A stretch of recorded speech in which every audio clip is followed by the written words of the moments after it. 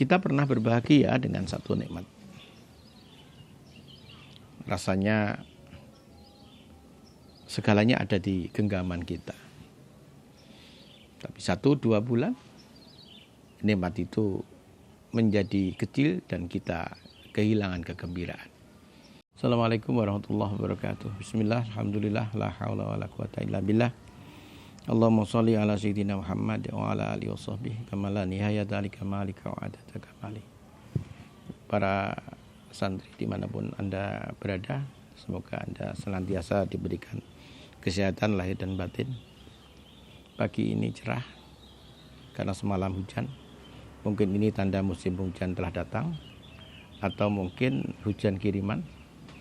Kita masih melewati masa panas dan kemudian sebelum datang musim penghujan. Tapi apapun yang terjadi, kita seharusnya bisa beradaptasi. Kalau musim penghujan, tentu kita banyak menanam, terutama padi. Di musim kemarau kita bisa mencetak bata merah atau melakukan aktivitas-aktivitas yang banyak memerlukan cahaya matahari. Kemampuan beradaptasi sangat penting sehingga segala keadaan bisa kita terima dengan lapang dada, dengan penuh bahagia. Salah satu cara agar kita mudah beradaptasi adalah syukur. Syukur itu dari bahasa Arab yang artinya memperlihatkan. Ngetokne bahasa Jawanya. Kebalikan antonim dari kufur, menutupi. Orang yang kufur nikmah menutupi nikmat yang diberikan Allah kepada dirinya.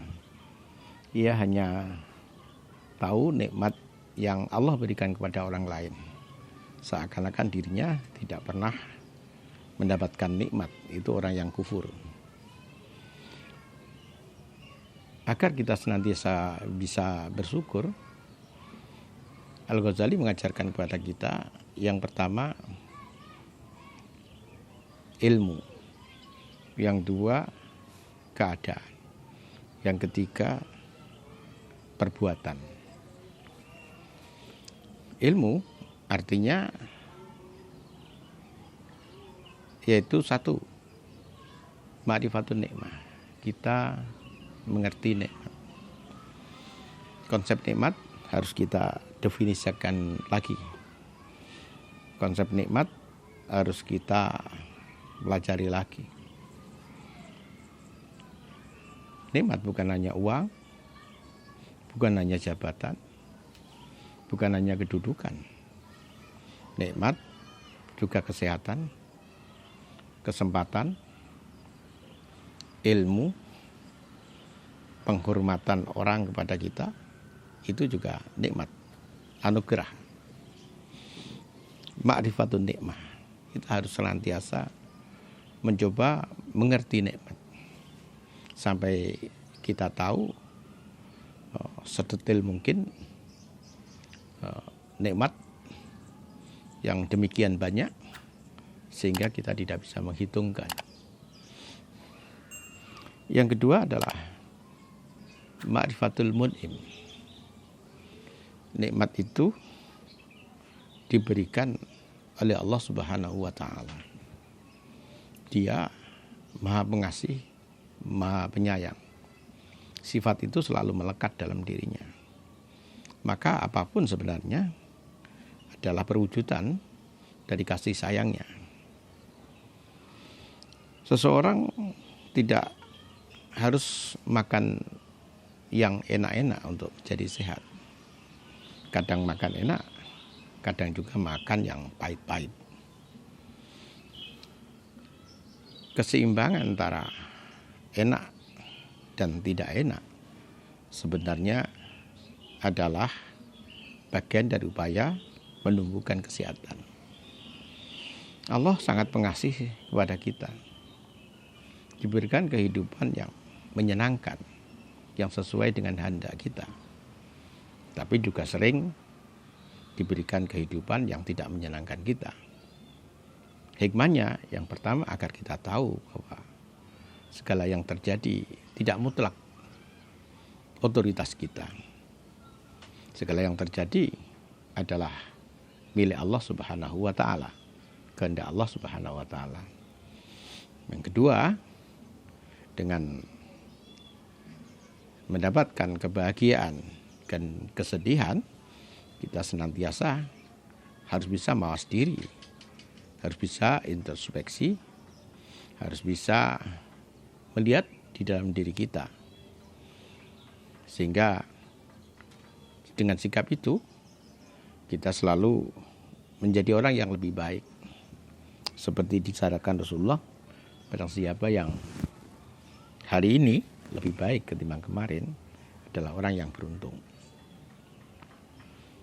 Yang kedua adalah dengan keadaan. Ketika kita sudah mengetahui dengan nikmat, mengenal pemberinya, akan muncul di dalam hati kita kebahagiaan, kesenangan, ketentraman, rasa syukur yang terus-menerus. Yang itu semua kemudian mengilhami perbuatan-perbuatan. Kita menjadi lebih taat kepada Allah, lebih sering mengingat Allah, karena demikian banyak nikmatnya. Lebih memperhatikan perintah dan larangannya, dan selalu berusaha untuk menjalankan perintah dan larangannya, selalu konsisten berusaha dalam menjalankan perintah dan larangannya. Dan yang lebih penting, senantiasa bersyukur dengan nikmat yang Allah berikan kepada kita. Para santri, banyak orang berpendapat agar anugerah Allah itu selalu banyak dilimpahkan kepada kita.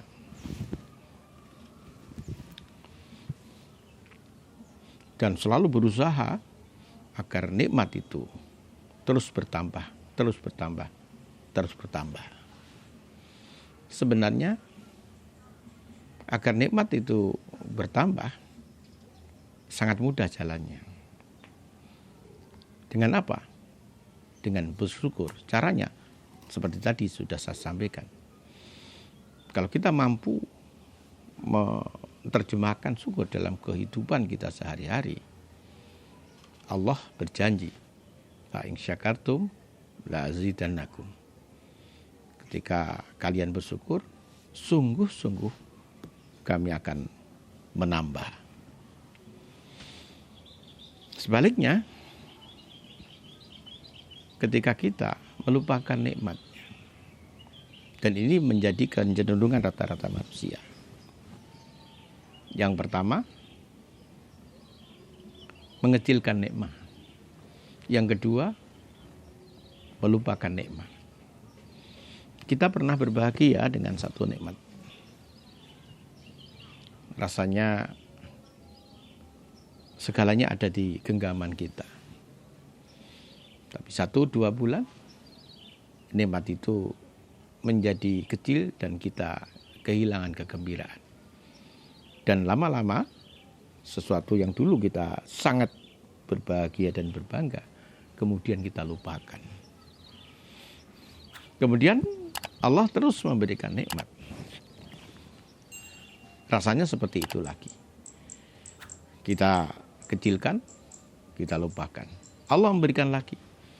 Entah berapa ratus ribu Allah memberikan, dan sikap kita sama. Hati-hati.